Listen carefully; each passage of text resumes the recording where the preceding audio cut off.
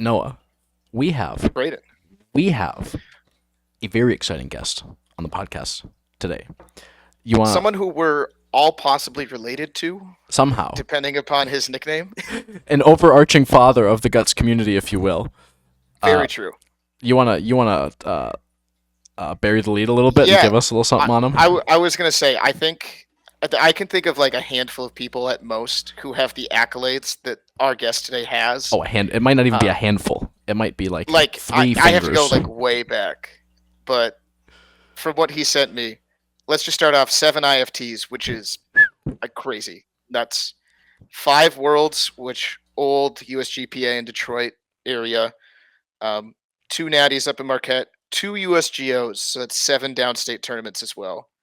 5 WSGO titles, 5 Illinois indoors, can do it on all Jesus. surfaces, and 3 world championships, 2008, 2016. Would have attended in 2020 if it wasn't canceled, Yep. and then also gold in 2024.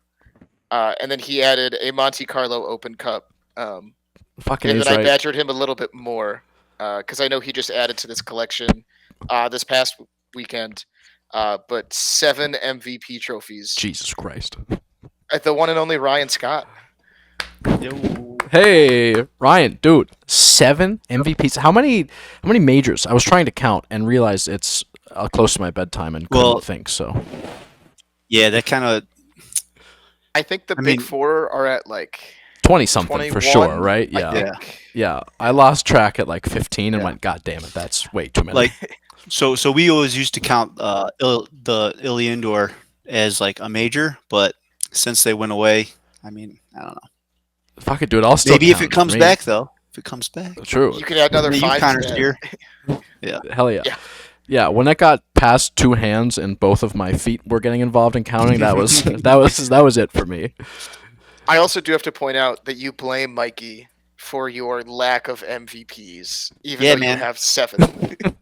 Yeah, he stole like it was legitimately probably like 5 or 6 MVPs where I was like, dude, I've got this one nailed on. And they're like, MVP, Michael Banghart. And I was just like, watching this bloody thing. And yeah, you know. But But I do feel that I've those also like stolen, I know for a fact, like my 2007 Detroit USGPA Worlds one. I just watched that video. I was terrible. I dumped. I scored 100% of my shots, but I either scored or I dumped. Mm, So yeah, so you scored 100% of your shots for somebody. somebody true. Someone Never got a getting point. caught. not caught all weekend. Hell yeah.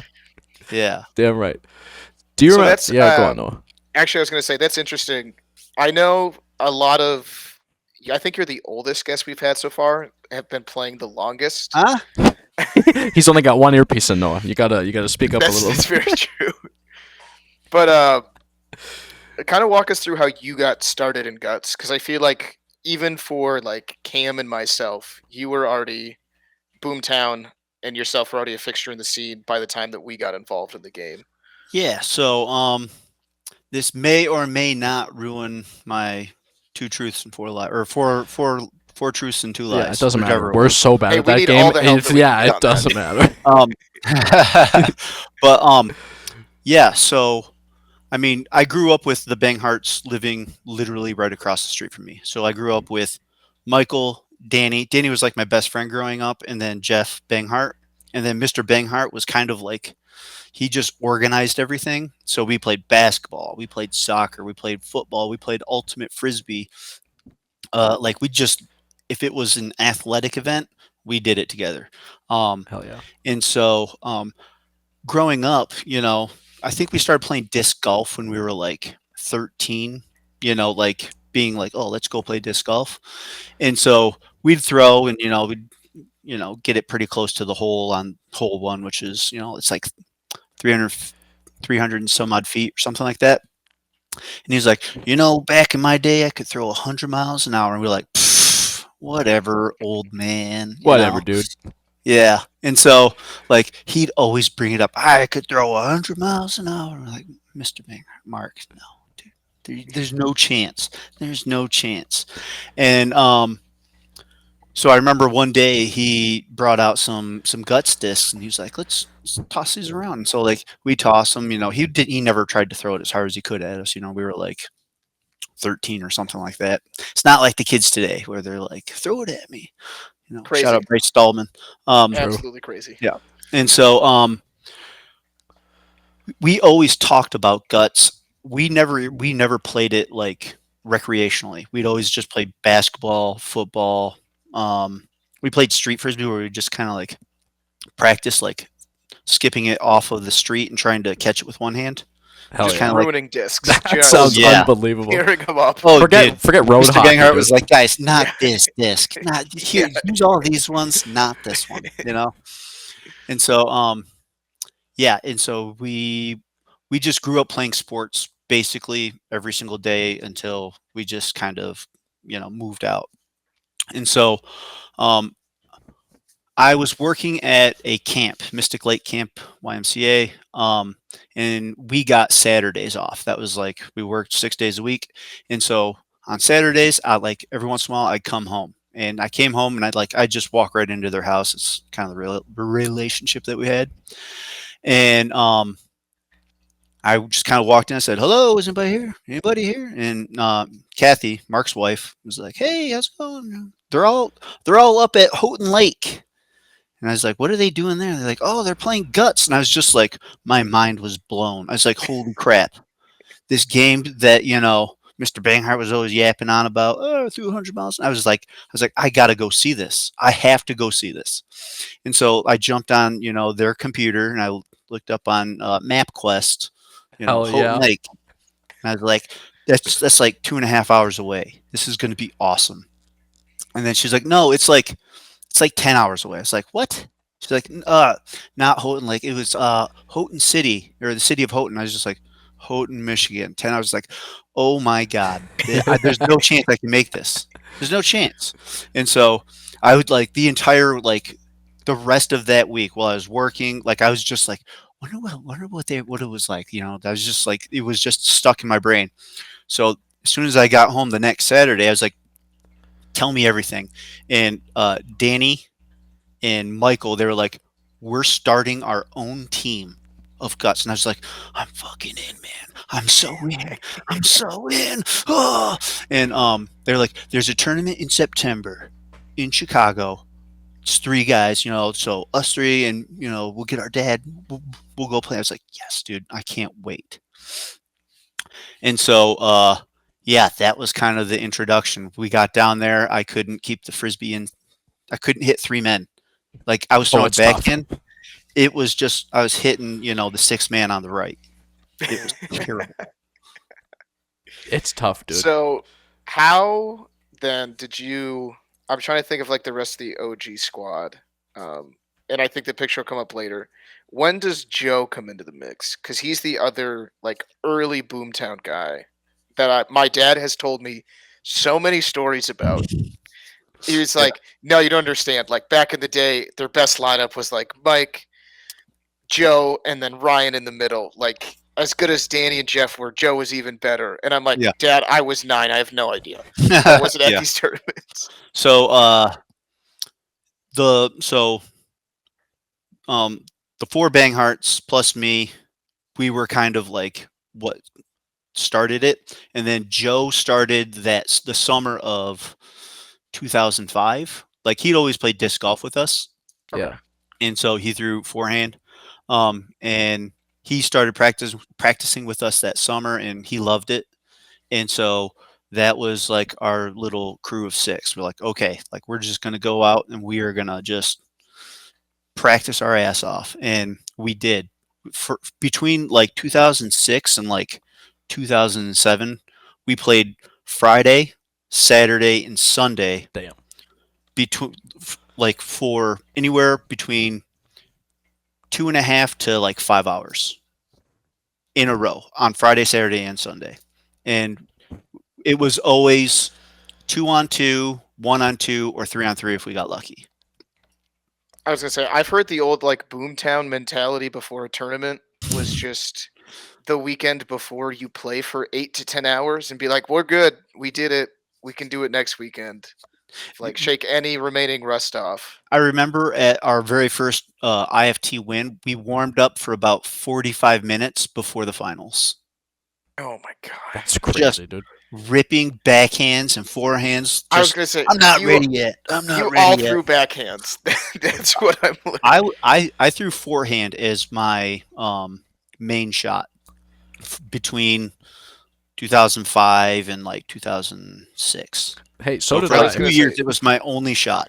I threw I'm a trying backhand to every once in a while. I'm trying to Like interval. think. So my first Boomtown memory would be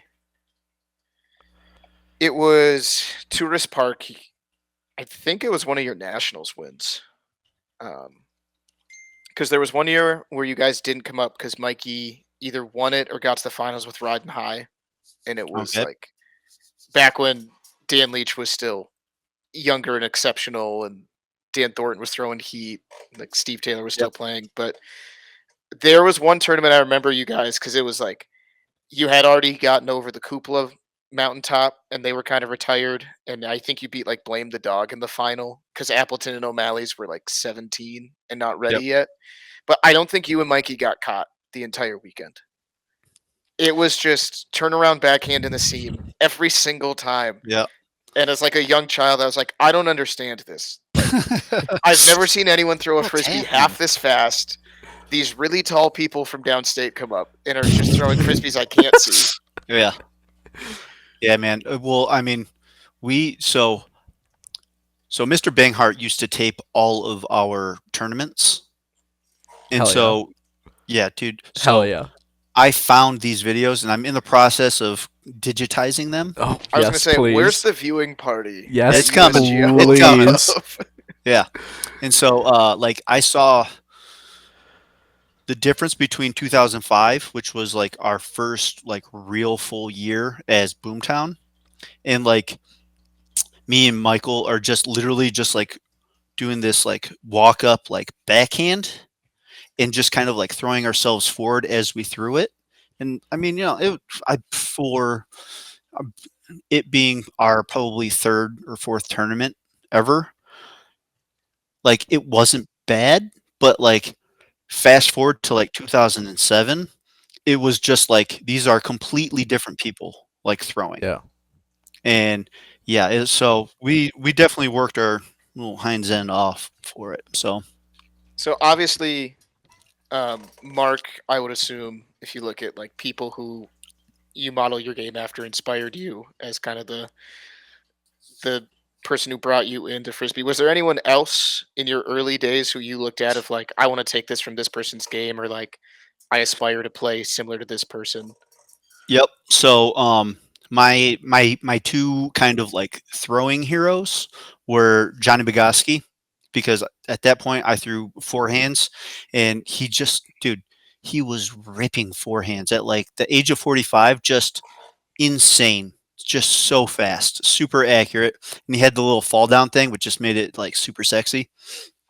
To the point where I was like, this is how I'm gonna throw. And like I'd throw and just kind of like, you know, dead fish it on the ground. Like I was like, that's my guy. That's what I'll do. Hell yeah. And then as I started to throw the backhand, Dave Young was my guy. I saw him doing the turnaround, the 360 backhand. I was like, he throws it so fast and he's super accurate. I was like, that's what I got to do. So I started doing like the turnaround backhand, but he throws it just like regular, power I grip. don't know how he gets the dip that he does or used to get. He still gets it, just not at the same speed. But like, I have tried to study that film from backhand mechanics standpoints because like yours makes sense. I understand how you get movement. My backhand is insanely different from the way it was.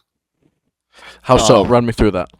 So I was watching in 2007, like it's insane. Like I'm gonna sound such an idiot, but my backhand was dropping from like the waist to their ankles, Yeah. and like literally, like it's not like that's not hyperbole or anything like that. And then I kind of hurt my back, so I was like, I got to stand more upright. And I started watching like the Chinese Taipei guys like throwing, and I was like, okay, like those guys throw super fast, so I can no longer throw. Like I used to just like torque my like back to just like unreal, dimensions.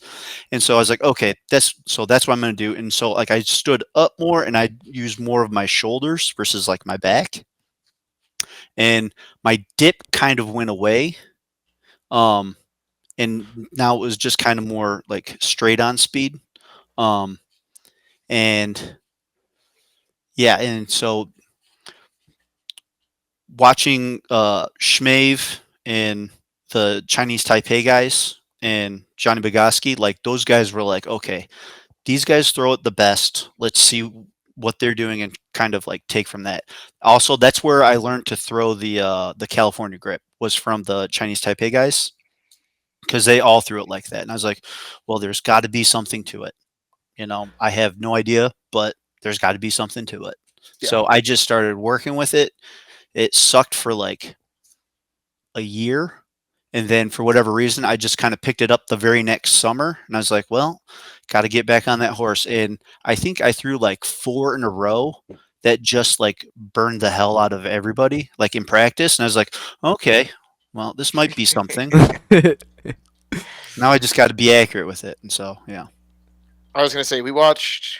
There was, I think it was before. It might have been before the IFT, but our team group chat just like there were like 2 nights the weekend before we were all way too excited for Guts to come back, and we were just sharing old clips that we had found. Mm-hmm. And there was one, and Schmave just hit 5 as a left-handed backhand 4 times in a row. Turn around and push to 1, and I was like, that doesn't make any sense. He lined up on 3, and he would either go 1 or 5, and I was like, how you're turning? This doesn't Dude, make any sense. He's so. I remember in the 2008 World Championships, he hit. I think he threw up maybe like 5 times, and he hit the end every single time. And one of them they called out, and he was like, "I haven't dumped since 1994." And I was just like, "That's so hilarious." And then like we called in the observers, and they're like, "Yeah, that was in." Hell yeah. But yeah, and he used to just do. It was like right above your hand, like every single time. Damn. He was awesome to watch. And also just like his general demeanor on the field was just, I'm here to have fun.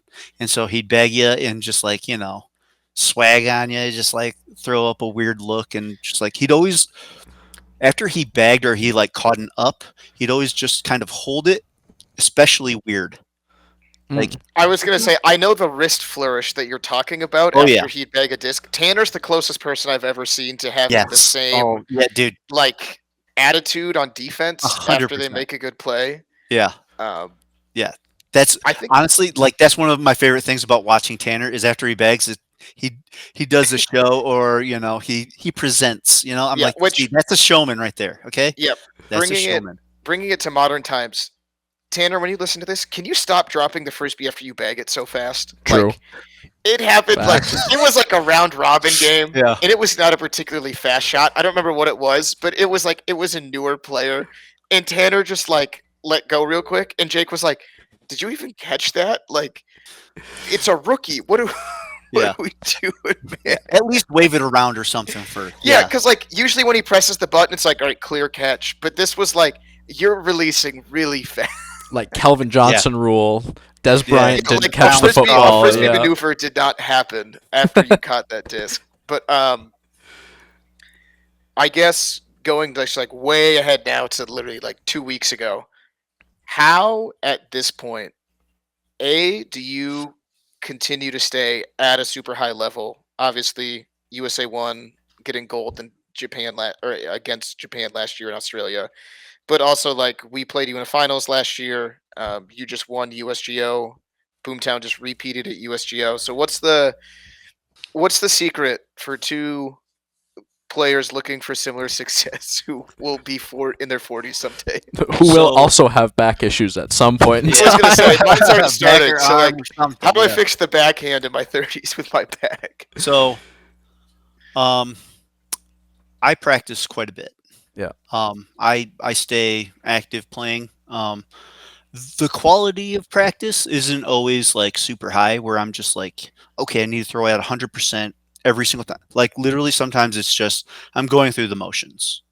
You know, I can't play for 4 hours at a super high level like I was when I was 23 or whatever. Um, and so just staying active, playing guts, playing like taking defense seriously. On offense, you're working on something. Um, and then like when it came to like the actual gameplay, honestly, I feel like we outsmarted everybody. I feel like we just out game planned everybody. I was gonna say I do because we played each other in winners finals, getting straight into USGO and getting into this. You were the first team that I feel like appropriately played the flip decision, and the only other Yeah, team. true. Because Brayden, I remember we had a comment of, I think I don't remember who took shot. I think we had shot, and you started into the wind, and we were like, "Oh, the first smart team this weekend." Yeah. Because we Yeah. had played many teams, and in its personal philosophy, but like we were always like, why won't you finish with the wind? Like especially against a team that you assume is pretty even. And like that was the big thing is like we'd start to come back a little bit if we didn't have a huge advantage in that winners finals, but it was like we just can't close this gap throwing into the wind. Like it's it's too so hard. everything is contingent on just not losing your head in that first switch. Yeah. If you had the wind coming at you, if you had the other team throwing with the wind, like a team like Hardwood was, dude, having Hogan just ripping backhands at that Oh, it speed, was uncatchable. Yeah. stupid. It was It dumb. was Number one, dumb as hell. And so, yeah, it was okay. Like if we can make a 6-5 switch and then make them pay on that return switch, we're going to be okay.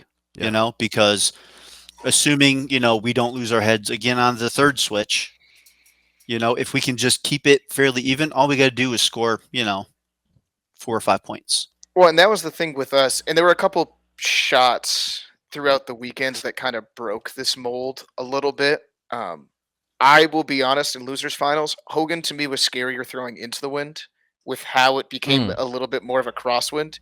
Yeah. He Mm. was pulling to 5 and the frisbee was moving a person plus. And it was like Yeah, it was you nuts. cannot follow this disc.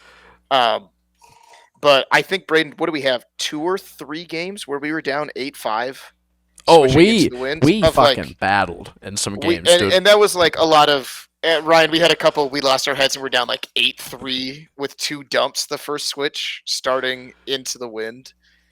But our entire mentality was as long as we have 2 points to play defense with, like even if it's a 9-4 switch, Mhm. at the end of the game when other teams are tired, they are going to be incapable of scoring unless they have a really good inverted shot. Like Right. just get to that 1 point. And I feel like a lot of teams didn't think about it that way. Like they were like, "Oh, we want to start hot," and it's like, okay, but if we can be somewhat in the same level, like we Yeah. always want to end advantageously. So on Saturday, we were like, okay, like if the idea is, we're going to crush as many teams as possible, let's get two switches, full amount of throws with the wind.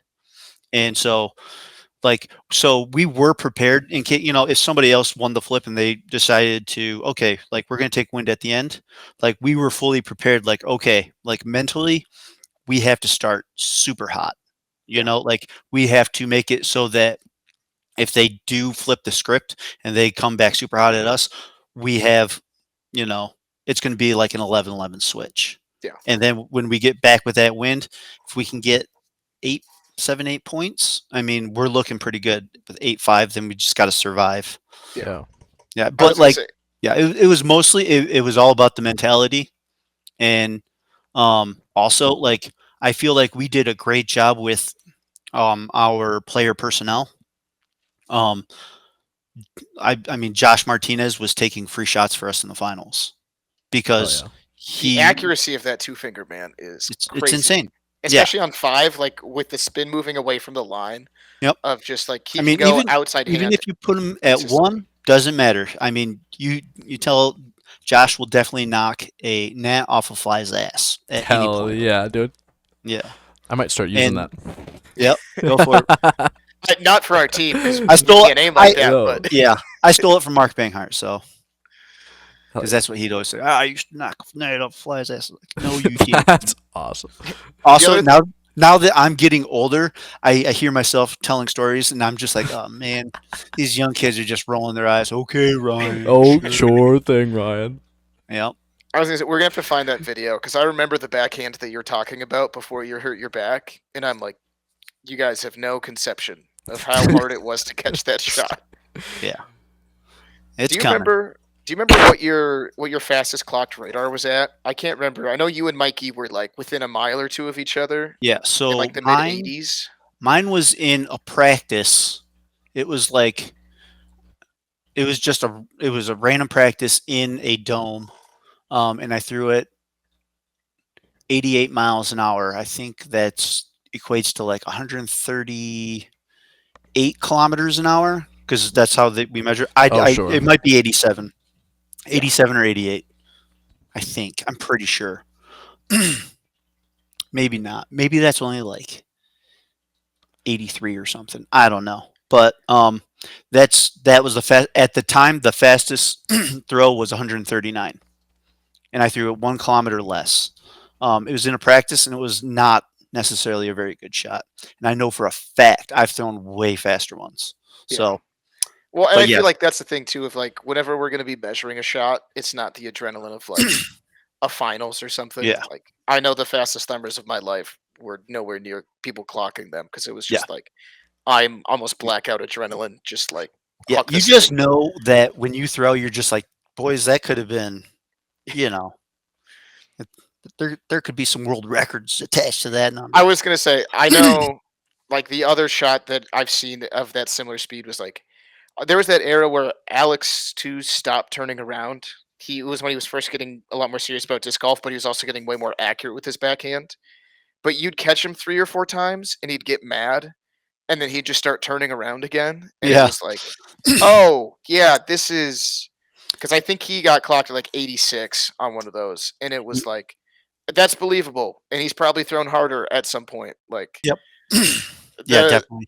the like I don't care anymore. We can catch whoever I hit. I'm just going to throw through your line, and it's like, Yep. yes, he is. That is at Yeah. different speeds. Yeah, Alex was always the guy that you didn't want to hit, and then John became the guy you don't want to hit, and then Josh became the guy you don't want to hit. It's just like, Jesus, guys, go home. Okay, your team can't talk either. That's the we ran into it and that was going to be my other question.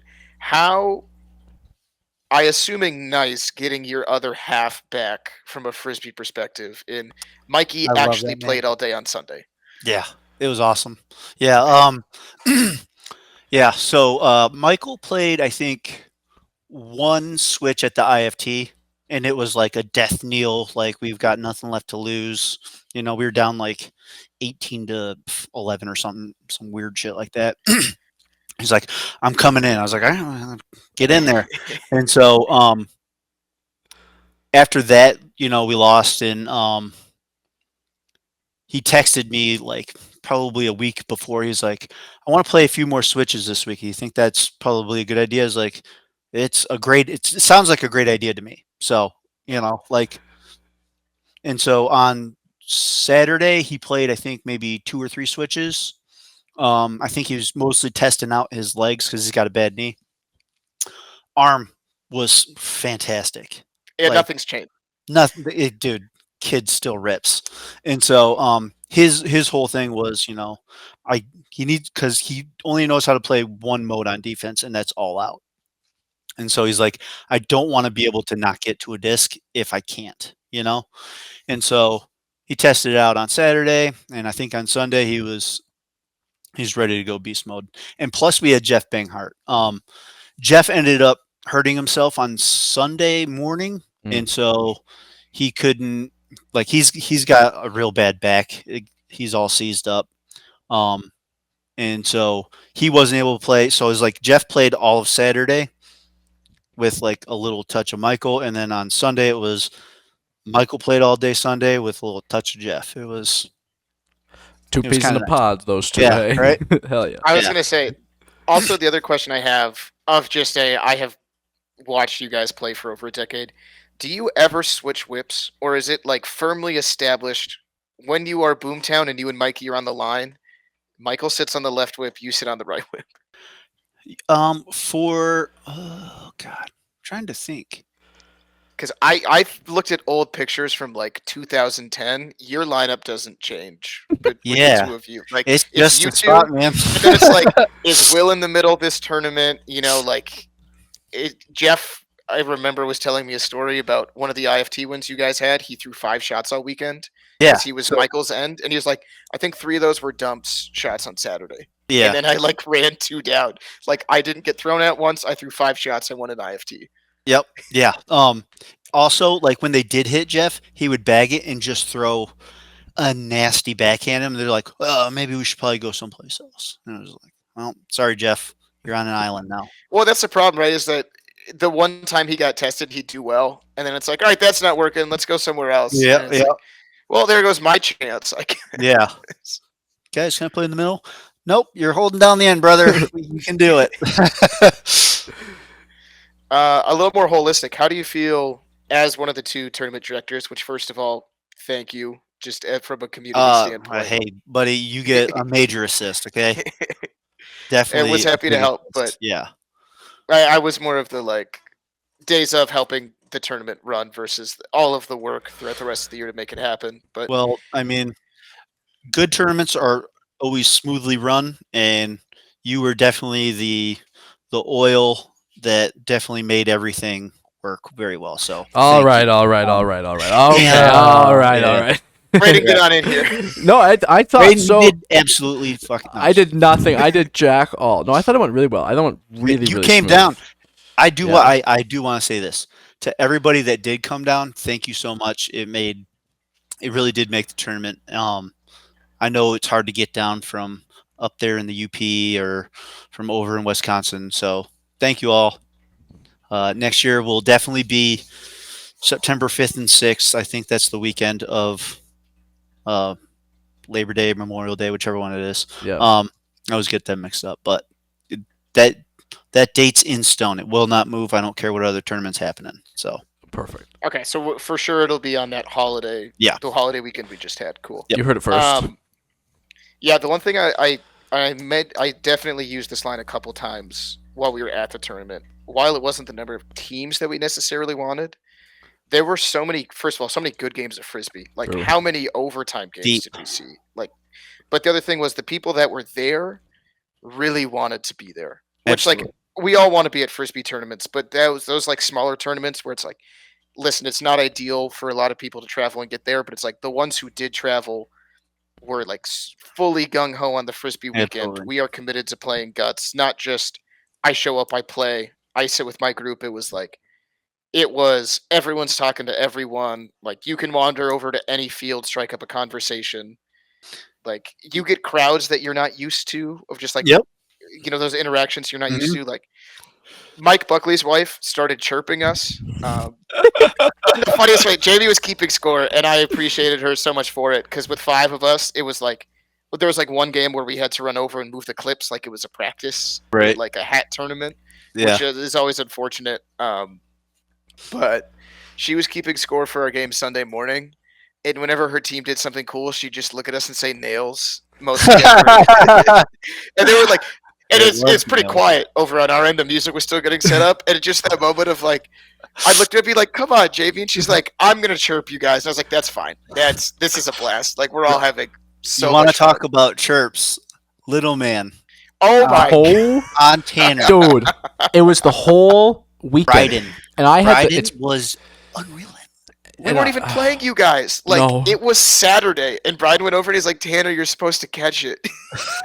And the best thing is, I had the privilege of standing next to this little man for a good majority of, like, when we're throwing or whatever, and he's over there. I would purposely go stand next to him because he always had some funny shit to say.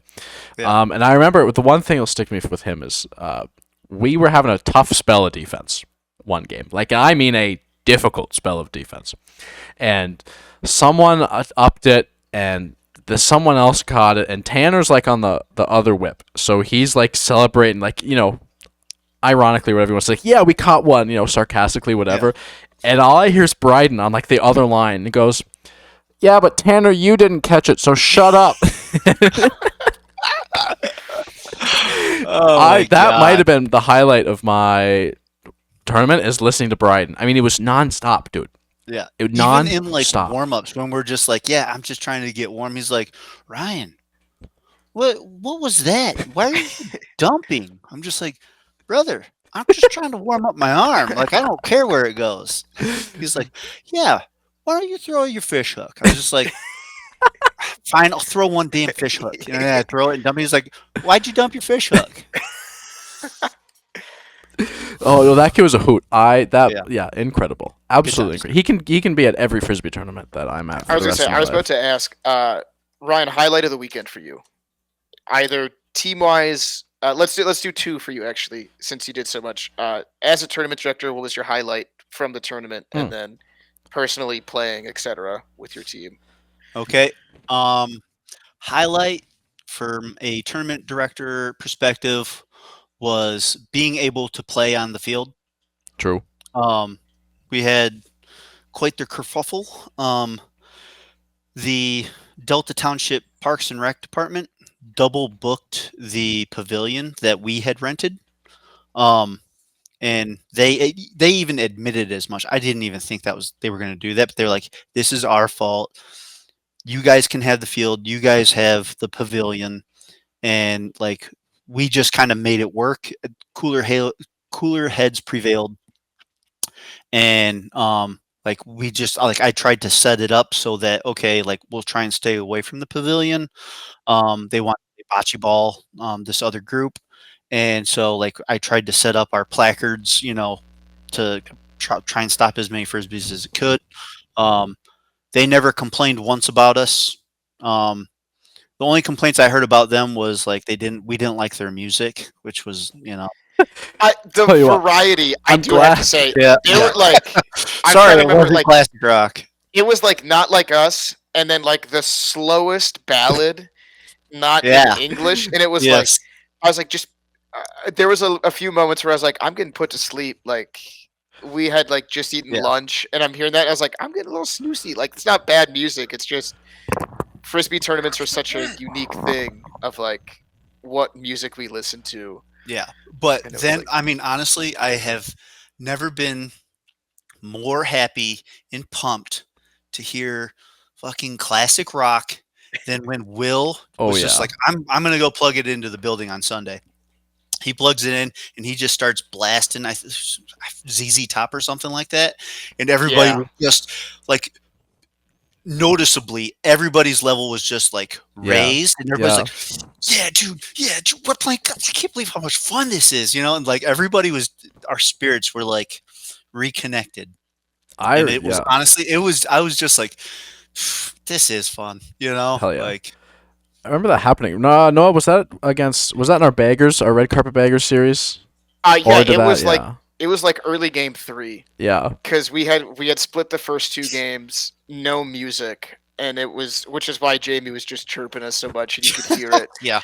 And then all of a sudden I remember, because like their team was about to throw. I think it was either Tony or Poyo, because it was a flip coming into the wind. But the music, and it started way too loud. Like, we were the closest field to the speaker. Yep. And for like 2 seconds, I was like, I can't hear myself think, and I'm on the far side of the field. But it was like a noticeable shift immediately of like, okay, everyone's looser now. Like, everyone's more relaxed. Now we're playing guts. Yeah. Yeah, it had that like homely feeling to it as soon as we got that music going. Yeah. So that's probably highlight number 1, like in general. As a personal highlight, just absolutely. So I didn't throw my fish hook this tournament with any real veracity. It was way too windy, and it was just so inconsistent. It was just dumping, honestly, like a lot. Yeah, and Bryden just bullied the hell out of you, so it doesn't. He really did. I got bullied off of it. Usually, I would expect Michael to bully me off of it, but yeah, this time it came from a 10-year-old. And so I was like, all right, you know what? I'm just going to throw. I'll just rip backhands. I don't care. And so, I kind of, I was like, all right, like I started throwing it. I was like, all right, let's see how accurate I can be. This is in warm ups, and I was like, hey, like I'm kind of smashing ends here. And so, yeah, I think when we played you guys, and I was just wailing on Luke. You had My 5 backhand. dialed, like Yeah. completely dialed. I remember that. Like there were a couple dump shots because we definitely had a switch against you guys where we just threw the frisbee any which way that was not hitting a 5-man line, like Yeah. a few times in a row, and it was just you just like boom, boom, boom, like same spot every time. And I was Yeah. like, because I remember because it was your 5, because I was like, how is he pulling his backhand so comfortably into the end, guy? Like It I'm was just terrified. I found the groove, and it stayed into UP Hardwood Hell yeah. in the finals, and so like I was just super chuffed that I was just smashing 5 with a lot of speed and pretty good spots. So yeah, that was nice. Hell yeah.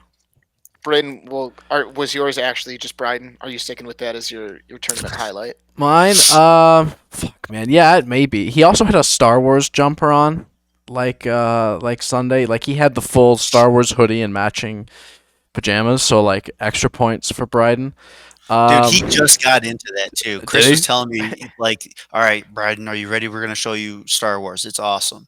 And then he was just like obsessed with He's been obsessed Oh, with it, yeah. apparently. So, my quick tangent. The first thing my parents did when they brought me home is my dad sat on the couch. My dad tells me the story all the time.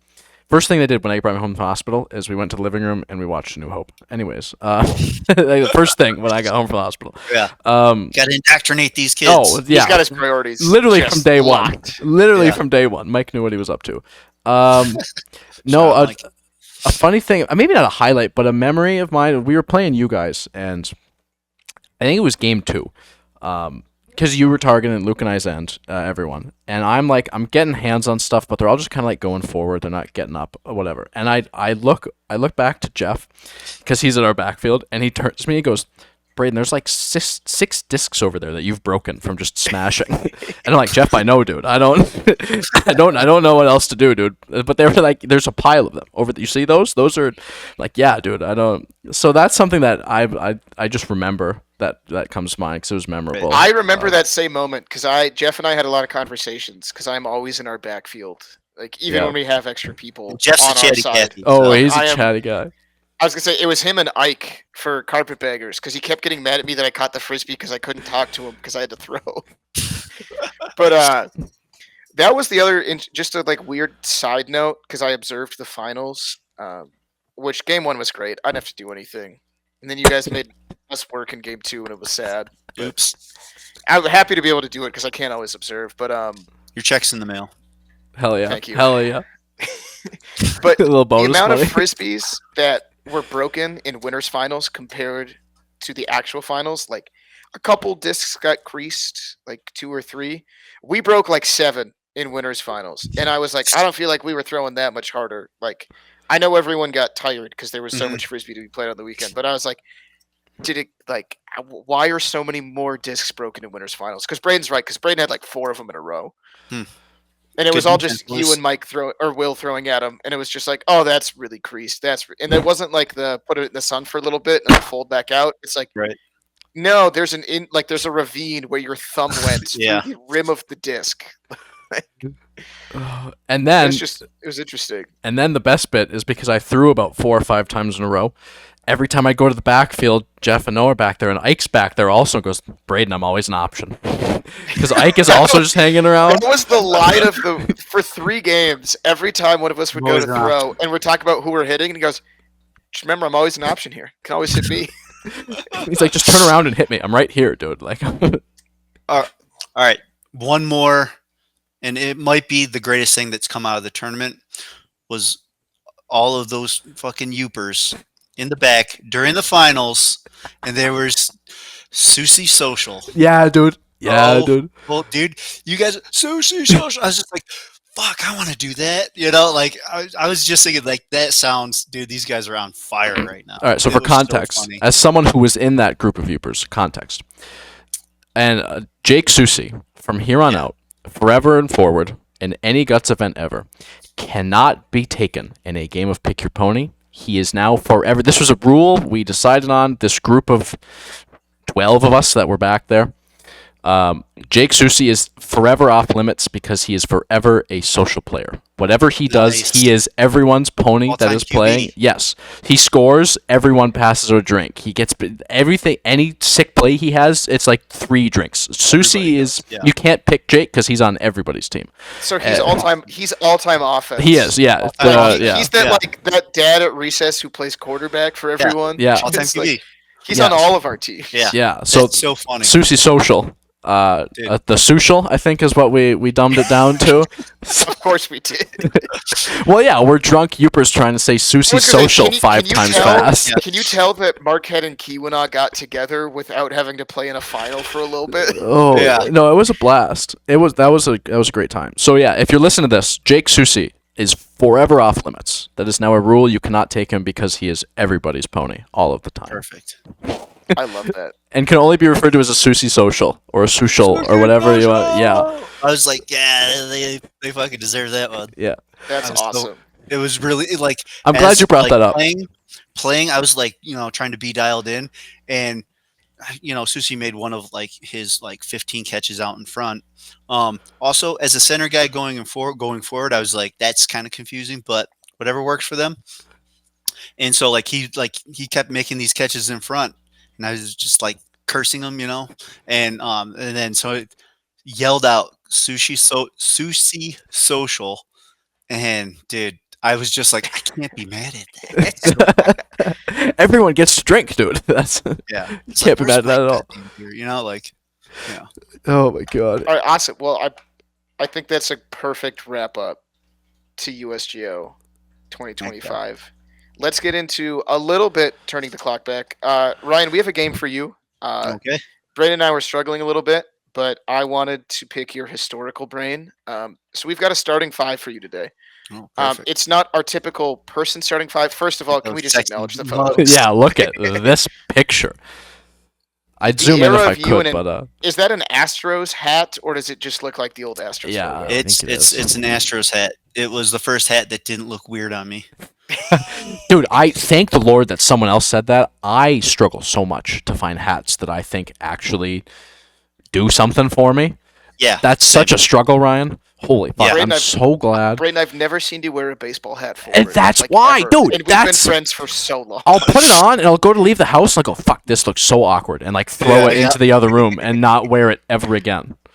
Yep. God, yeah. that's such a struggle. So forever I had like a blue like Miller Lite like Penske racing hat, and I that old remember one. Yeah. and I remember somebody saying like, "Oh, so you like Penske?" I was like, I like the hat. Okay, it doesn't make my head look weird. So yeah. That's such It's a like, real. it was that one. It's this Astros hat from the early days, and it's was it like a Detroit Tigers maroon or It a also- maroon hat? That's another you- reason why I didn't mind it. Is because I was like, it kind of looks like a Tiger's hat, but I was like, I don't know what the hat is, but I remember it so fondly because you wore it for so long at frisbee tournaments. All right. But so this starting 5 is a little different than your typical starting 5. You will not get people to place. You are going to get other elite teams that you have played against in your career. oh, dope. So similar to normal rules, if you are looking at the line 1 through 5, end, whip, middle, whip, end, and then a 6-man. But so it'll be full teams. Interpret this however you want. Okay. Because you're from Boomtown, I'm assuming you're going to put the best 2 at 2 and 4 and figure it out from there. 'Cause that's what you guys have always done. But play it how you will. Braden, let's get it started. You want to? I mean, I've got the. I don't remember the order. Okay, and I great. can look it up on my Yeah, phone. If you no, want, I but got was it. just hoping you'd pull yeah. it up. Oh, that's ready to go. The first on the list we have the Appleton Assassins. Yeah. I mean, part of me wants to put them at 3 just because they're literally the most well-rounded team I've ever played. The other part of me is like, I mean, if you put them at one side, they'll never get shot. So I'm going to put them at 3 because I feel like that gives them the best chance at getting the frisbee. Yeah. I As I don't say, mind with that. that group, I don't think it matters. I don't mind Like, that. they move so differently than everyone else. Yeah. Like, and when you play with them, it's such a like. I know we talked about with like doing Guts Camp in May, like people who had been playing for a few years who had never heard of Spinside before. Mhm. And for us, it like blew our minds, and we were like, "This is like fundamentals for our defense now." Yeah.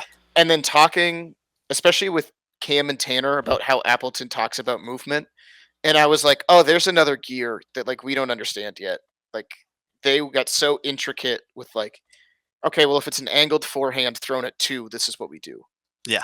And I was like, that is so much more detailed than the old days of like ends go back, whips go forward, middle squares one step Yeah. in the right direction of the Yep. frisbee. Right, Braden, who do we got second?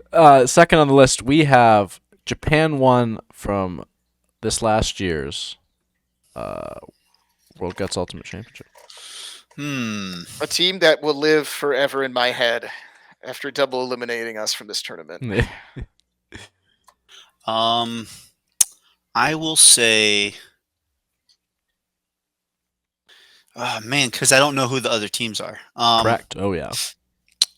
I'm gonna put them at 6. Mm. I feel like they could have played way differently in the finals against us and done a whole lot better.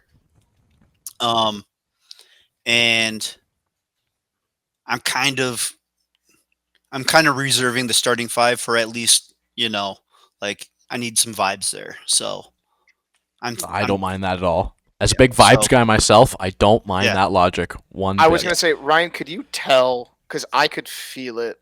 Like watching USA 1, and it's a lot of like, okay, the majority of the, like, it was still Appleton's core, which I think was also the same for 2016. And then it was Mhm. just like add a piece or two around it. Like, Yep. you, especially in the finals, with how you were navigating the wind of like, Tanner was really struggling throwing into the wind, so he wasn't playing in that finals. And it was like, it kind of turned into like Appleton plus you there for a little bit Yep. in that finals. But it was like, okay, the chemistry's there. I felt like Japan, you could tell it was these guys come from 3 or 4 different teams. And it's like, yeah, these two have chemistry on the line. But like they're not really sure how their middle plays. Like especially like USA Red, we went through that same thing of like Connor and Hogan were the only two who had played together before. Mhm. And it was like, yeah, even when we were playing good as a unit, it still didn't feel like that cohesion of like we are all locked on. We know how as a unit we play defense and how Yeah. we move and And communicate. like they know how to talk to one another. Yeah. If somebody's having, a down, game or switch or whatever, they know how to take care of it. And so, but yeah, I, they, they were definitely like a collection of players, and I felt that on the other side. Yeah. I was like, Also, too many options. Trying to navigate 10 people who are all very good guts players. Like, at one point they were like, all the backhands will throw into the wind, all the forehands will throw with the wind, and I was just like, that sounds silly to me. yeah, I I, did not I envy hated that Kata's job strategy. at all.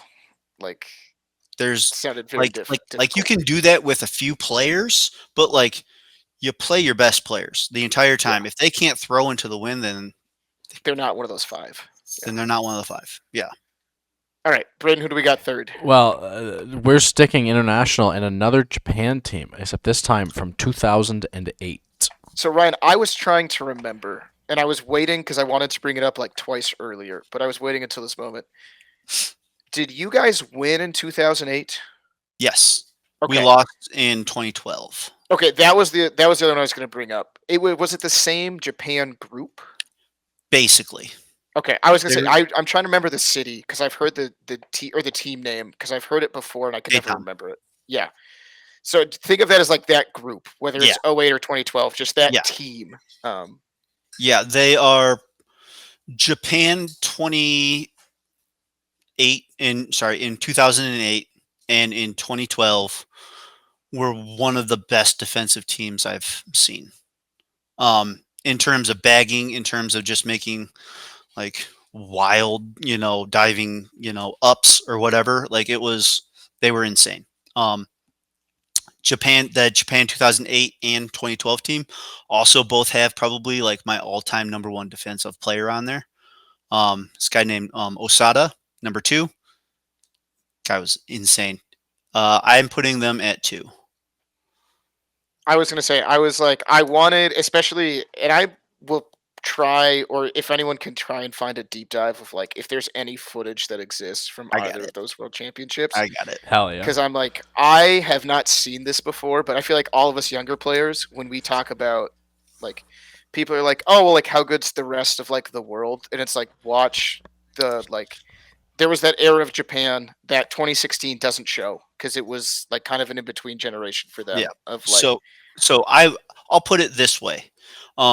Japan between the years so Keitan, the Japanese team. Um, between 2001 and 2008, they lost one time, Fuck. including running the entire gambit at the 2007 IFT. I was gonna say they also won the 50th IFT, Yeah, the 50th.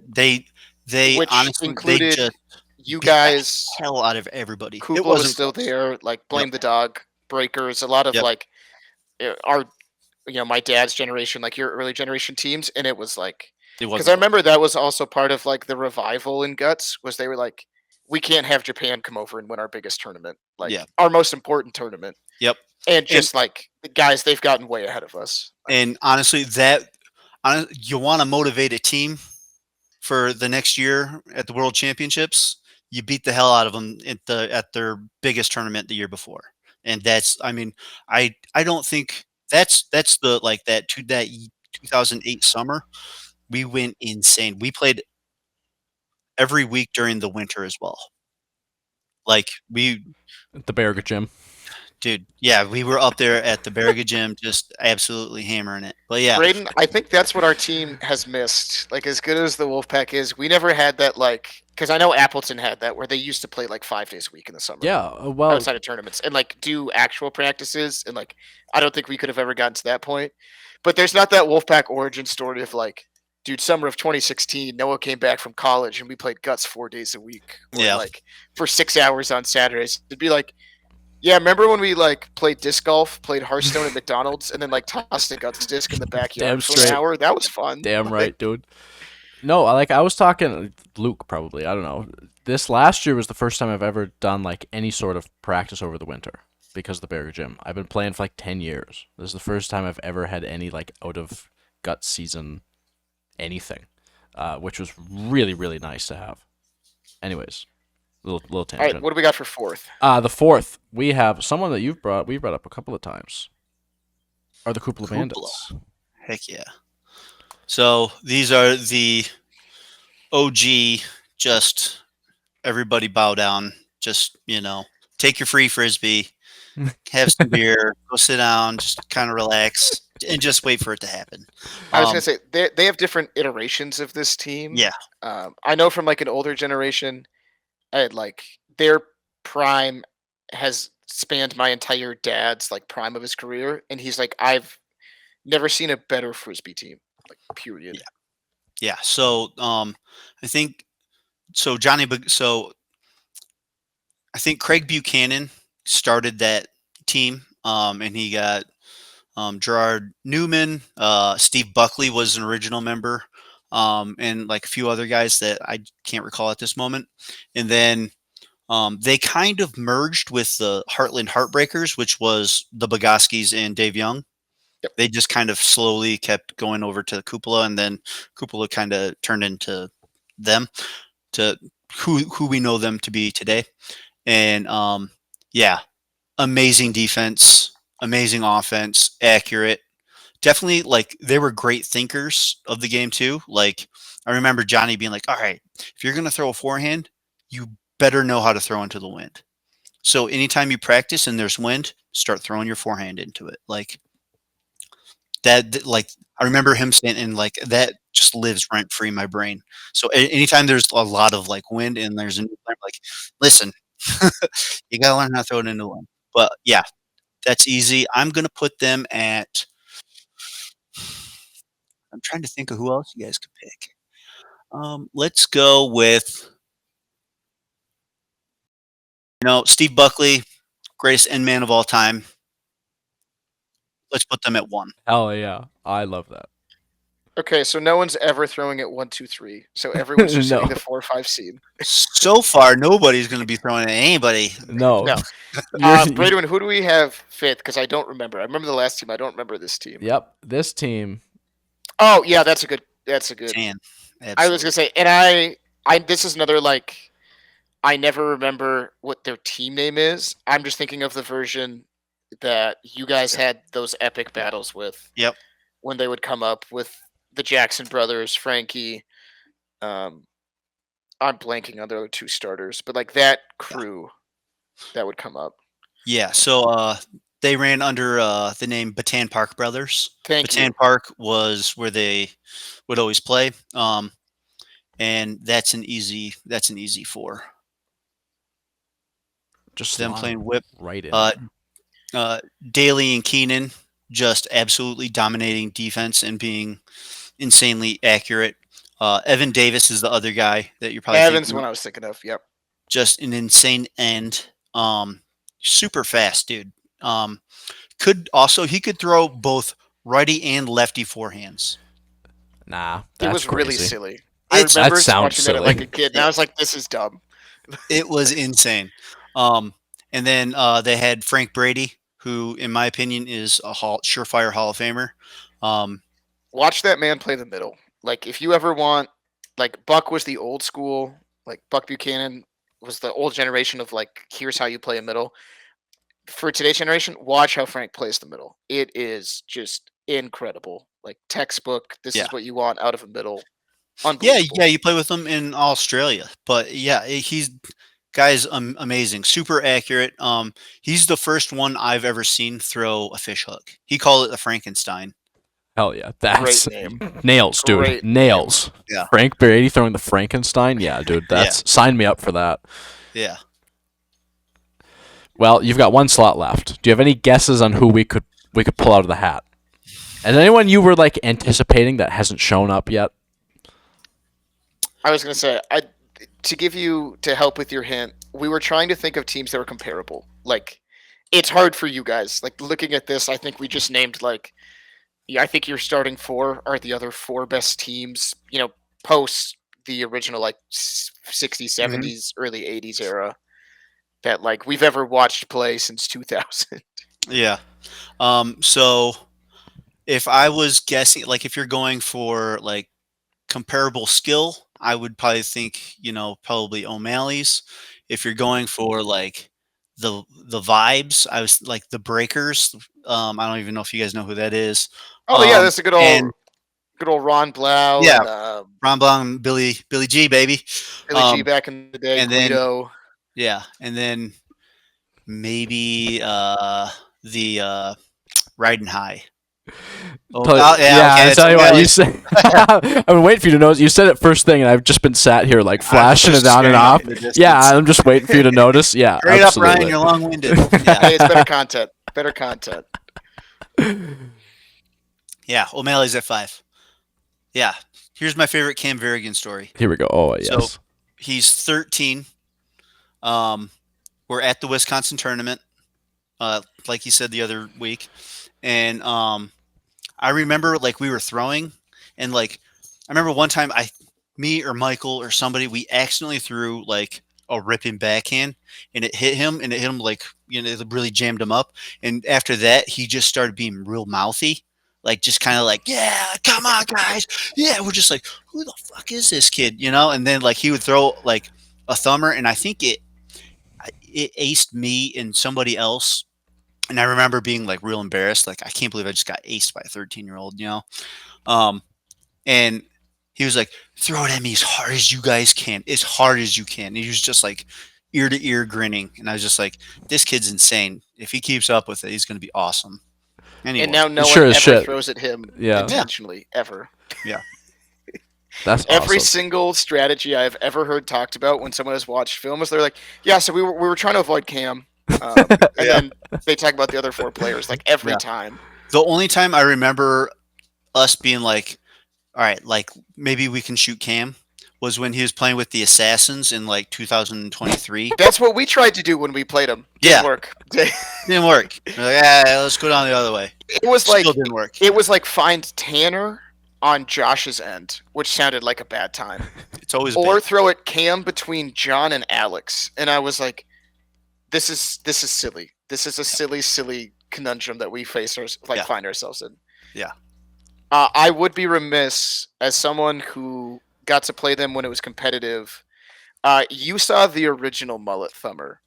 So for people who don't know, there's like the revival tour in 2023 when he threw it like 50% and was still scoring in the finals. Dude, it was awesome. But there were actually 3 Mullet Thumbers. So there's the original one, and then he hit someone in the face because it was too gross. Like it was 80 plus miles an hour. It cut from the seam between his hands and just side of the face, like Carter sometimes does. Mullet felt bad and never threw as hard. And then he had the shoulder issues. But it was like there was like that 2-year window when he first started, couldn't catch anything, but it was like I've never seen a shot this good. Yeah. Or So possibly since. yeah, Mullet. So Mullet used to do this thing where he'd like slap the frisbee. I love it. It's an iconic run up. I loved it. And there's also there's some video like from the sideline, and he's like, "Yeah, guys, yeah, I can't believe we get to play frisbee." He just starts laughing like all maniacally, and I was just like, "I fucking love this guy, dude! Like Hell this yeah. is my boy." Hell yeah. Yeah, every time I see him, I'm just like, I can't wait to play with you. Dude, my favorite, and I don't think I've told it on the pod yet. I might have. If not, it's a good story that's worth telling twice. But when he started to play on Sunday at the 2023 Nationals, initially it was like he was like, "Hey, like I'm in town. You know, I live here now. Like I'd love to get back to it. If you guys need a cooler guard, like I'm happy to just hang out on the sideline, pass out drinks." And we were like, "Well, like Mo, you can get into some switches. Like, you know, we got 7, but like my dad's the 6th. Like we can work you in Saturday for a few switches if you want to play." And he was like, "Sure." Can't throw anything. If you know one thing about Mike Mullet, if it's not a thumber, it Yeah. can't throw a backhand, can't throw a forehand, Yeah. nothing. And like 50-50 shot at dumps. Like his backhand goes a mile high, his 2-finger goes straight to the ground. But he's always the most excited person. And Absolutely. we lost game 1 Sunday morning to Hardwood. And we were like, we need a spark. Like we got to figure something out. And we were like, maybe we bring my dad in as the target, and if he can just pop to Cam and Tanner, like stick him in the middle, put Braden and I on the ends. Let's simplify it. If his hands are working, it'd be fine. Like even if he gets caught every time, shore up the defense. And my dad goes, "See if Mullet will throw a thumber. Just see what happens." Like he's like, "Just explore all options. We got 10 minutes. Explore We're in all no options, rush." yeah. And we're sitting here, and I was like, "Mike, would you just see what it feels like?" And he's like, "Yeah, I'll throw a few." He's in hiking boots and jean shorts, like not ready to course play he is. frisbee at all. Didn't have gloves. He had to borrow gloves from someone, if he even wore them, which I don't think he did. I'm sure he But didn't. First thumber goes 10, 15 feet straight in the ground, like not fast, straight down. And I was like, "Oh no." Second one got maybe halfway to the line. Mullet turns to me and starts giggling in that Mullet giggle. And I was like, "Michael, what could you possibly be laughing about?" And he's just like, "It doesn't hurt, man. We're good to go." I was like, "I haven't seen you throw anything near a legal shot yet." And he was like, whatever internal check needed to run through his head, he had ran through his head. And it was like, "Okay, I need to see one go in before I put you on the line. Like, can you just throw in 45 feet real quick?" But it's just that moment of like, from my perspective, I'm like, "Oh, he's got nothing in the tank. His arm's shot. He can't do it." And he was like, "Oh, we're good. Okay, we're fine now."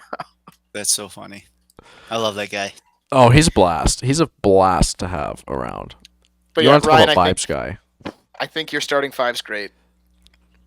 Would think it worked out very well. you change anything now knowing, or do you think you did quite well? You're pretty I content think with. this is the move. You could put Appleton at 3 or at 2, and honestly, it would be. Yeah, I think that's pretty much perfect. Hell yeah. So I'm gonna ask you a tough question before Okay. we move off the screen. Actually, I lied. I'm gonna ask you 2 tough questions because you've played against all of these teams.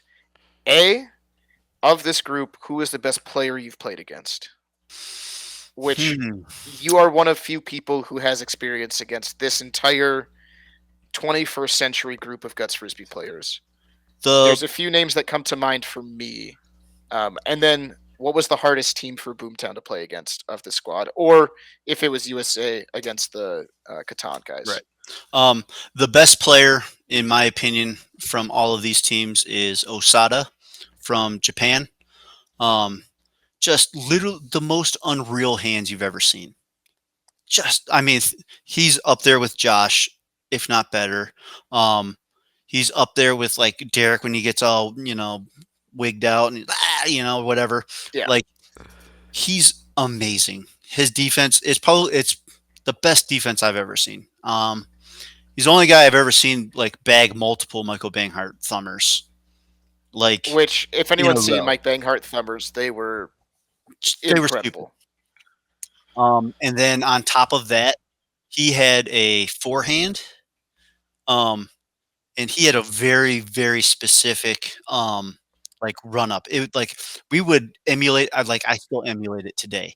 Like he does this thing where he lines up on like 4-5, and he starts tapping his like left foot just like up and down, and he's like looking at nothing, and then he like cocks back, and then he throws it like it's almost like upside down, and then he can shoot anywhere from 5 to 1 every single time. Up top, it was freaking uncatchable. He threw it into the wind. He threw it when he was throwing it with the wind. It was like good fucking luck, man.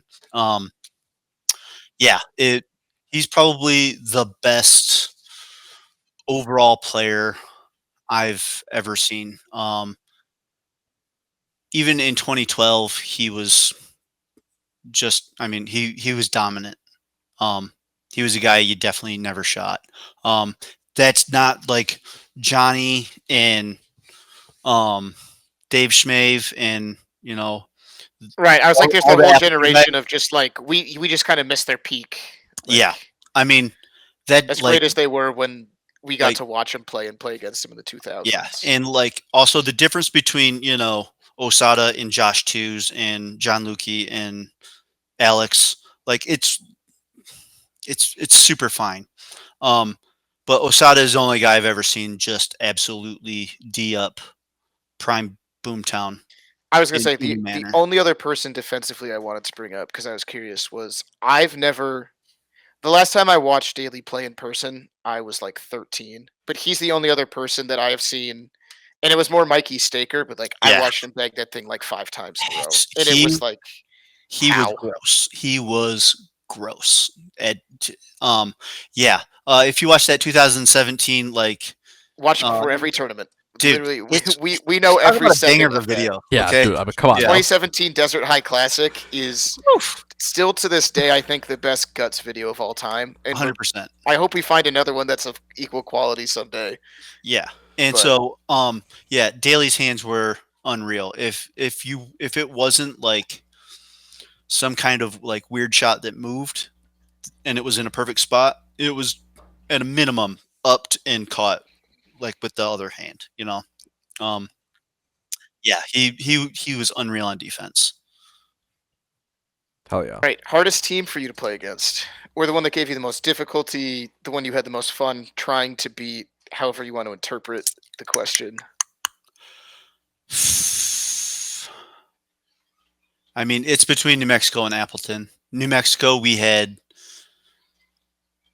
so New Mexico was like the first group other than Cupola that would like consistently always challenge us. Like it was always 3 games. And then when Appleton finally matured, then they just kind of ran riot and just kind of beat the hell out of everybody. I've always enjoyed beating Appleton more than any other team. So I was gonna say I feel like you guys. How many? I don't know if you remember. How many IFTs in a row did you beat them in the finals before Appleton finally won their first one as Expert Village? They won it as Expert Village in 2012 when we went, because the IFT in the Worlds in Japan happened at the exact same time. Okay, so I was unsure. Okay, so when was the first time that they beat you with the IFT? Because to me that was like the passing of the torch of like what is the team that everyone's like they're probably going to win. 2015, or I think it was 2016, because I think they won the next 3 or 4 in a row after that. Yeah, and then they went on a big run because that was the one thing is it was like, okay, Appleton, like they had their 6 straight nationals. So Boomtown didn't go to which any you guys of those. didn't go to that for many years, and still But your team usually people does went it, you up play with other and people. played on Yeah. other. Yeah, But that was like they were running that tournament. There were all these good clashes with New Mexico. You know, Yeah. O'Malley's would randomly play really good or really bad downstate. It was a coin Yeah. toss. But it was like the IFT for like I felt like it was like 4 or 5 years. It was every year the question was, is Appleton finally going to beat Boomtown up here? Is Yeah. Appleton finally going to beat Boomtown up here? And for it always felt like it would like this would be the year. I remember the Will MVP year Mm-hmm. at the IFT where fun things happened behind an equipment shed, maybe with my brother and some friends that enhanced his play. Yeah, man. There's a possibility, but it was like I was the first time I really remembered like they were trying to hit Will in the middle between you and Mikey, and they were doing it, and Will just caught everything, and the slider was going like 2 guys over, and it was like, this is just disgusting. Will found his the correct levels for how he should be playing. And that was like, because that was 3, and I think Appleton won game 1, and everyone was like, is this finally the year? And then you guys were like, no, you can wait, kids. You've got plenty of IFTs to win someday. Yeah, I remember when Cupola beat us at the 2008 IFT. I had broken my hand, but I remember them saying, we're not done yet. We're not ready to pass the baton yet, but, you guys are definitely catching up. But yeah, no, when Appleton beat us, I think in 2016, and they just didn't look back for a long time. We got them in 2019, but yeah, that was a lot of fun. I love beating Appleton. I gotta say, I love all those guys. I love Adam. I love Ben Nominson. I love Mike Toll.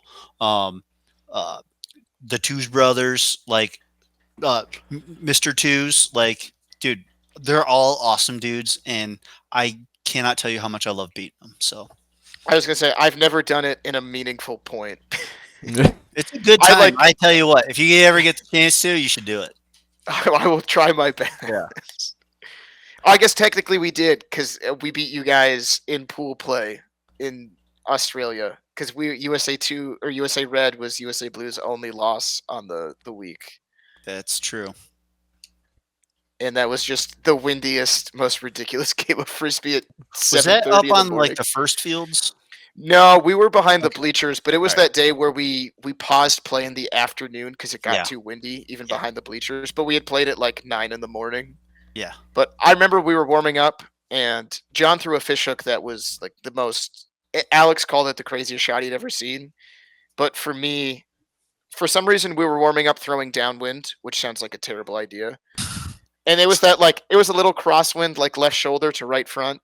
And John threw a backhand because his will like tip up a little bit. It caught the wind, and I've never lost a frisbee so fast. It hit me in the collarbone, and I walked off the line. I was like, I'm good.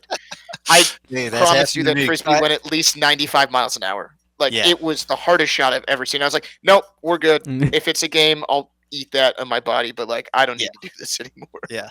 John's back. I've never seen anybody throw a backhand like John. It doesn't make sense. It like it's flippy, like it's doing this from out of his hand, but like it's never slow. And also, like he throws like the nose of the disc is down, not like it's angled. Like the front of the disc is somehow tilted down, so it's so much harder to pop. And I'm like trying to explain it to people, and I'm like, the physics doesn't physics, but here's what the frisbee looks like. Yeah. The way I describe it is it's heavy. It's not fast. It's heavy. It's like as a hockey player. It's you also think of, fast. Well, yes, but like so as a hockey player, if I'm talking to a hockey player, as someone who maybe has never seen it or whatever, it's okay. Think of Connor McDavid. He's fast as fuck, right? And he's like he looks fast. He's quick. And then think of Nathan McKinnon skating, where it's like choppy and it's heavy and you can see it. There's like this force behind it, and they're going the same speed, but they look completely different. His backhand is like Nathan McKinnon skating versus like something that's just pure quickness. It's got a little extra heaviness to it that is hard to describe, but there, I you also can see the wonder- difference. We don't, and I know like Nez has done a little bit with like trying to get metrics. I bet John has more RPMs on his backhand than anyone else. Like, I bet that has so many revolutions when he throws it. Of like that has to have such, we say heavy It's spin, nuts. but like Yeah. I bet because they got into that with baseball recently of like velocity is not as important as RPMs for a fastball in like trying to pick it up. I'm like, I bet John just the frisbee rotates more times when he throws it at you than other people's do, which makes it harder to catch. And it's Could like, very well. Could very well. all right, Brayden, are you ready for Oh, us boy. to probably be embarrassed again because we're terrible at this game? Listen here. You're is- still in the lead. The lifetime series, you are up one correct This- guess on my zero man. correct guesses. Outside of, did we get both of Connor's right? I I don't. think it was Connor. I don't know. We could have very well, but I think it was. I know we got Luke's wrong, and I was like, "This is a bad start." oh, the first episode we had a guest on. It was Luke, and yeah, terrible. Ryan, I would be remiss if I didn't ask you about this whole what's going on. Venture, You wanna let's tell say. people what's going on in this picture here? Yeah, so my roommate, his name was Bert, was doing like side work as like an editor, and he got paid to do like expert village stuff. So like he filmed his like grandma making like Italian spaghetti sauce like from scratch. And he's like, Brian, you know how to throw a frisbee. You want to go do like, you want to go shoot some video on like how to throw a frisbee? I was like, hell yeah, dude. Like, let's do it. But the problem is that we did it all in one night, one shot for almost everything. And he wouldn't listen to me as to like where to put the camera. Mm. He would like, yeah, this, if you put it from behind, you'll be able to see everything. But yeah, I was a terrible speaker. So I'm just like, yeah, okay. Yeah, it's terrible. So as someone, this might be obviously I've seen the 70s and 80s videos, like those are before this obviously. Yeah. But as someone growing up in Guts, this might be the first piece of like content that I remember actually digesting and being Yeah. something from my lifetime that wasn't from like I years feel like ago. I'm partially responsible because like we've talked about like our guts tree of friends who got introduced through like someone directly or like someone that we got introduced to the game. Mhm. And back in those days, we didn't have like the really crisp, clean edits of tournaments. Like it'd be like Donnie would have like 3.5 minutes, or like Wes Right. had a couple clips. But, like, Kevin it Bickler. was all bad, and it was like, oh, you want to try throwing a 2-finger? I can't throw that, but I know a guy who can teach you how to throw it for 3 I know minutes. Oh, man. Ryan Scott from the Boomtown Saints on behalf of Expert Village. Someone there Your knows. thumber explanation cracks me up so much. Is it not good? I'm like, I don't remember all No, of it. I- I just I remember won't sitting be here and I was offended. like, he doesn't look comfortable doing it. It's like, I can't do it. It's terrible. I watched. What did I watch? Well, before here, I just because I had to find a picture of this from somewhere, obviously. So I watched. I went and I found the Staker video, and I watched it, and I'm like, wow, we think about this shot completely different. like thinking about it, I went, wow, that's almost exactly opposite of what. So, I Ryan, do. Really? When was Okay. the last I'm time- kind of interested in how you're throwing it then. when was the last time that you watched these, Ryan? Hopefully it's been a minute. 2016 at Worlds, the Assassin guys made me watch it. Oh yeah. Okay. Would you be willing at some point Oh, here we go. to redo these videos and compare? Like, I want to compare and contrast years later of like go through the shots again. It doesn't have to be as serious, but just Yeah. like like an earnest attempt for like 2 minutes to explain all of the shots and Okay. see like, do you describe anything the same, or if is it like, do you have a fundamental difference? Especially like Staker is a perfect example of like, I feel like the shots developed so much since the Expert Yeah. Village days, where there were like 2 guys throwing a Staker, and there was usually like older guys Yeah. who had like gotten in. It was like, well, it'll like flip up and slide in the wind a little bit versus the like when Mikey started throwing it, and then like Mhm. now Braden's here like Rowdy O. But Also, Just a content idea for you. I do have to mention that Frank Brady is also the one that showed me how to throw that. Hell yeah. And I remember going to practice like the next weekend afterwards and like trying to throw it. And I was like, this will be my new shot. Ugh. You know, like it was just freaking terrible. And then Danny Binghart started throwing it and he's like, yeah, you know, like this is my new shot. And then Michael just freaking walks up and he's like, oh, what do you do? Okay. And just, all right, I guess none of us are going to throw it. So, all right. That's how back he to our learned backhand. everything except a backhand, right? I feel like a flip. They were just like, no, it starts upside down. He's like, that makes sense. I'm gonna sprint at the line and throw the It's fastest flip ever. yeah, yeah. And it's like, Michael's does it different move? though, so- No, but it's at your ankles. Good Yeah. luck. And you're like, Yeah. okay, Mike. I would love to do that. Please, let's recreate So that. I think most of the original videos have been taken off and like re-uploaded or whatever. But if you ever find any of the original videos, look at the comment section. Oh, It's horrendous. diabolical. You're getting torched. You're getting torched. There's like 17 Brydens in the comment section, dude. They're all just ripping you a new asshole. It's Dude, unbelievable. one of them just says meth. Period.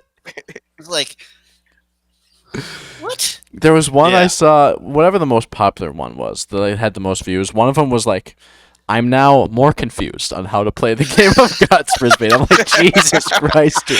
Yeah, dude. Oh man. How Yeah. old were you? Do you remember how old you would have been? It 20s? probably. Oh yeah. Mid late Yeah, 20s? Yeah. I don't have a full beard yet, so I'm probably like 23. Yeah. That's The incredible. video was uploaded 17 years ago. Or Okay. at least this one was uploaded So- 17 years ago. Yeah. Do the math. I don't know. Yeah. Oh, learn the end position with Ryan Scott. Oh, true. There's some good ones. Christ. If you haven't One watched, like, no comments. oh, it's funny because there's one of them that's got like 10,000 views, and then there's some Yeah, that has I like think it's 12. Fish Hook. Yeah. Oh, Yeah. the Staker has 12K views. Yeah. Yeah. Look at the comments. All of those are just me, just One of- rewatching that video. I remember one of them called me a homophobic slur with one G, Yeah. and that's the only word that was in there. That's it. Hell yeah. And I remember looking at that. I was just like, Christ. "What is wrong with people? Like, oh my god!" Noah's in the deep dive right now. Noah is going I off the am- deep end. What's your favorite Yeah. comment you've seen so far? This one isn't super great. One guy just said, "Did you sniff it?" and then Boomtown in all caps. Which, Oh, there's some good Okay. ones. Oh There's some my good ones. God. People, if you've Yeah, made it this far in the anyway. video, if you're still here and you haven't seen Ryan Scott from the Boomtown Saints on behalf of Expert Village, just look up Expert Village Guts Frisbee. yes. They'll just pop up. Please Also, do Ryan, yourself I've a got to say, favor. there's only 14 people who watched how to play what you call the center position instead of middle. We have no middles here. Like we are all just ends and. Well, that's why you said you don't know what Susie was Whips. doing going forward. He obviously clearly hasn't watched this Yeah. video on how to play the middle. So Oh wait, here we go. He's like, So what "What's is this old guts? man I talking about?" am I'll more show him. confused. yeah, that's it. Yeah, I found the comment on the how to play guts frisbee. Yeah, I might have done a little bit of over explaining, and they're great though. If you haven't, please man, do I yourself a enjoyed it. favor. Watch these videos. It will change your life.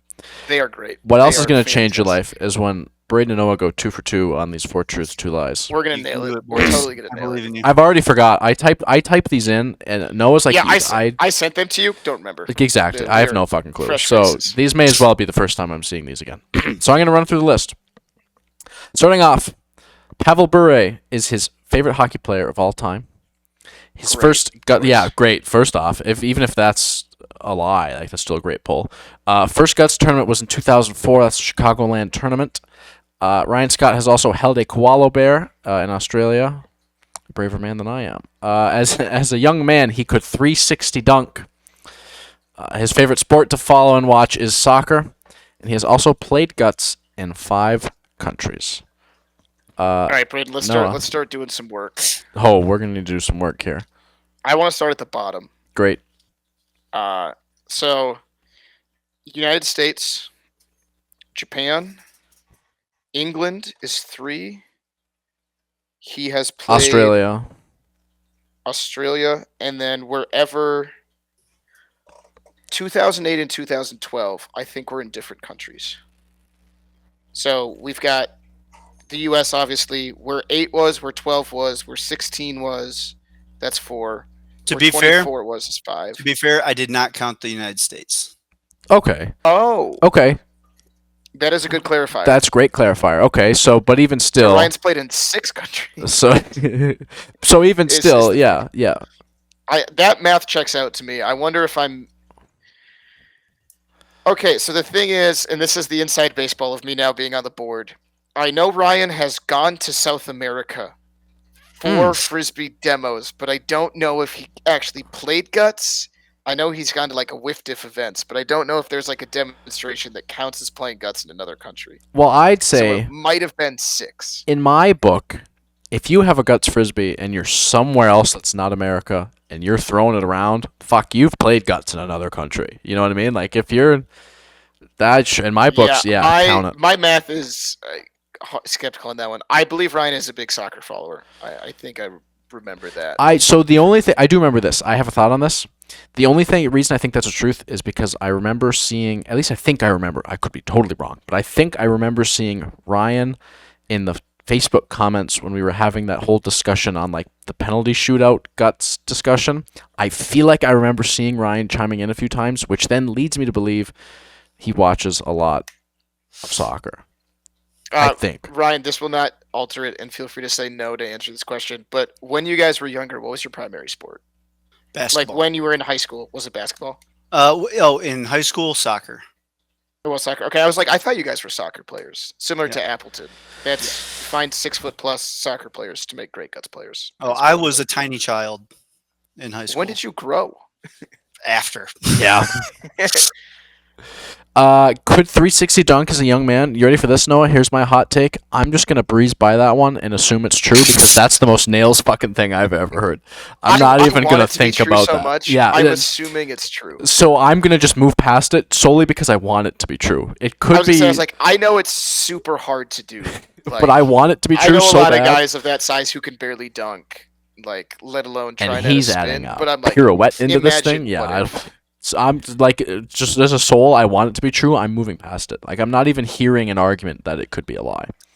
Braden, are you picking a lie first, or am I this week? I don't remember whose turn. it is. That's a great question. I'll pick the lie first. And Okay. you ready for this? As someone who went to Australia, and maybe this just shows Ryan and I did different things while we were there. I didn't have the opportunity to hold a koala. Like that wasn't something that was presented to me as even like a possibility. So we saw a koala. Right. But we were like not allowed to hold he it. was You not- could take a picture with it. you know what I mean? So Also, they have chlamydia. Like all of them have chlamydia. straight up. It's koala chlamydia. Like it's different than human chlamydia. But like 90% of the koala population in Australia does have a strand of chlamydia, which So- made me apprehensive to hold one. So I think that's what I'm gonna do for my lie. Can I also just give a quick aside? Yep. Because there's a YouTuber from Australia who just makes YouTube shorts about crazy animals in Australia and how ridiculous that continent is. So koalas only eat eucalyptus leaves, which are these highly toxic. lazy fucks, Like- dude. A human couldn't eat them; we would die. There are many more nutrient-rich things for them to eat. Koalas also can identify them off of the tree. Like if they find them on the ground, they won't eat them because they don't recognize them as food. But they're so poisonous that koalas have to sleep the majority of the day for their bodies to process the toxins. That's why they sleep so much. That's why. And it's like, yo, you should. How do you make it? Like, you seem to be doing evolution wrong. Like, That's you're wild. picking like a terrible food. You sleep Well, most they didn't of the tell time. me that. They can't find it. They got They that don't weird tell you like that in Australia. that, You like, gotta come claw on to the Guts foot podcast. or like claw nail thing too. But yeah, Braden, if you didn't pick that as the lie, I was gonna pick that as the lie. Oh, thank the Lord, because I don't know where I was gonna go after that. I think Ryan gave away the Chicagoland one in 2004, which is super cool. As his first tournament. I might call out Pavel Bure as his favorite all-time hockey player. I guess I don't know Ryan's favorite NHL team. And Bryn, correct me if I'm wrong. Was Pavel Bure on the Wings for a while? Did he No, have a stretch? I don't think. No, he was. Who Fuck. was it? I'm thinking He of was another like- like small goal scorer who like really early in his career played on the wings, and then like went and had a prolific career, but it was fine because the Wings won a bunch of cups afterwards. Fuck. I don't know. No, Bure was like Canucks.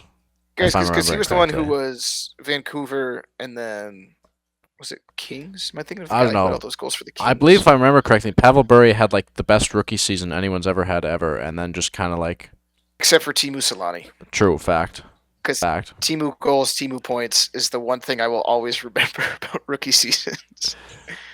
Yeah, Was- I might. Was Pavel also the one he did the like he threw his glove up and shot it, or was that Solani? See, this is the problem. They're too similar. Fuck. Watch it be. Watch this be the lie, and it's actually Timu Solani. That would be the funniest thing. That'd be crazy. I'd ever No, heard. I'm gonna call it the Pavel Bure because Ryan Scott and a short Russian man who scores a lot of hockey goals don't have too much in common in my brain. Maybe I'm wrong, but that's what I'm sticking with. Braden, are you confident in your line? I'm gonna hold my line that Ryan has never held a koala bear. And Ryan, if you could never actually 360 dunk, just know all of your Guts Kids dreams just got broken. All right. All right, how do we do? How do we do? You guys got one, Okay. but that's it. Shit. So okay, so Hey, who, that's better than we usually. that's better than we usually Yeah. do. So, I did not hold a koala bear in Australia. God. I'm glad I In my got away brain, with that I want one. a half point. 'Cause I'm glad would I got have away said with it. that one. The only reason why I didn't is because they wanted $130 Oh. in the line. Oh of yeah, that Super sounds One. about right. Wow. Just Yeah. So I said, well, I'll just look at them. Also, they make really weird, like crazy noises. they are insane animals. Like Yeah. Yeah.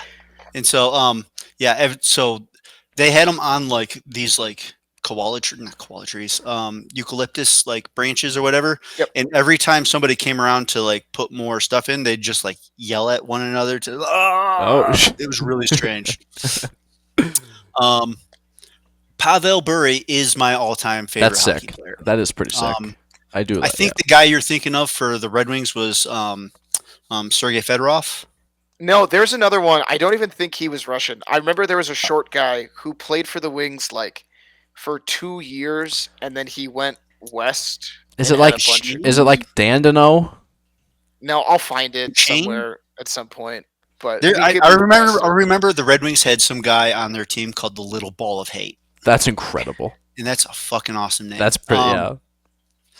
Yeah. So Pavel Bure, that's true. Nails. I even got his jersey. That's So the nails. reason why I loved him is because he was fast and he scored goals. Fact. Straight up. What more do you That's- want?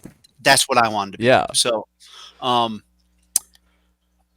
my very first Guts tournament was not in 2004. Ooh. My very first Guts tournament in 2000. So my very first Guts tournament was in 1993. As an 11-year-old, it was me against all the Banghart kids at Grand Woods Park. Hell yeah, dude. The very same park. one-on-one. Yeah, Wow. 1-on-1. Wow. So What was this? Was this like the future Hall of Famers tournament? Or something like that? Yeah. Like, what was the name of this tournament? So I think it was the GPA Worlds. Yes, Crash, not Crash. Tom Marusic, was the one who was running the tournament, or maybe it was Lige Johnson. I don't remember, but yeah. So Mr. Banghart was like, "Hey, there's a frisbee tournament down at the park. Do you want to come?" And I was like, "Yeah, I'm not doing anything else. Let's do it."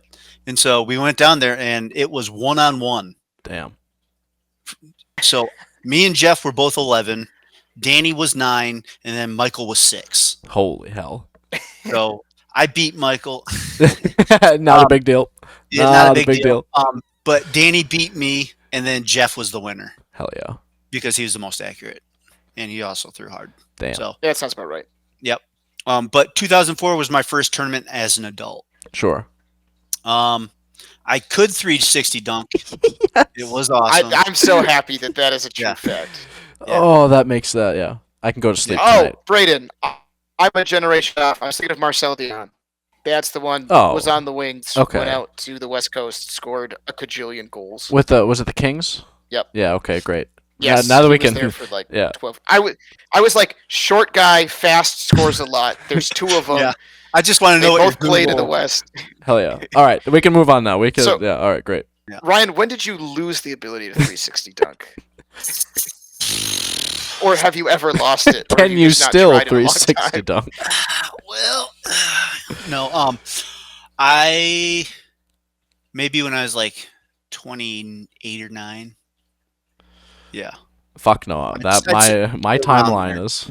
I'm I getting was gonna close to say- not being able to 360 dunk anymore. I was gonna say if I'm that's the- 28. I've never been able to 360 dunk, but I think the window's closing. Is what Yeah. I hear. I've always been really good at jumping. Mm. It's the only thing I can say I was physically good at. That wasn't like a skill. I was just always been a good jumper. It's got moon Um, boots. Ryan, Yeah. you are making me so sad now as a volleyball coach and like, I'm not a fervent two-footed jumper though. but you could jump high. I'm assuming, and clearly, if you could 360 dunk, you're athletic enough that you missed out on your sport like 20 years ago. Yeah, Of just like all you had to do was just be athletic and have hand-eye coordination. I honestly when we would play volleyball in like gym class or whatever, and you had to do the hand together thing. Yeah. I fucked it up every time, dude. I was That's just fine. I just need you to jump really high and then hit the ball down. yeah. All That's right. all I There need. are from you. positions that skip that part. Fun fact: Boomtown, the name came about because Michael and Danny were on a sand volleyball team, like rec league, and every time they slammed it, they would yell Boomtown. That's crazy. Wow. I didn't know that. Wow. That's sick.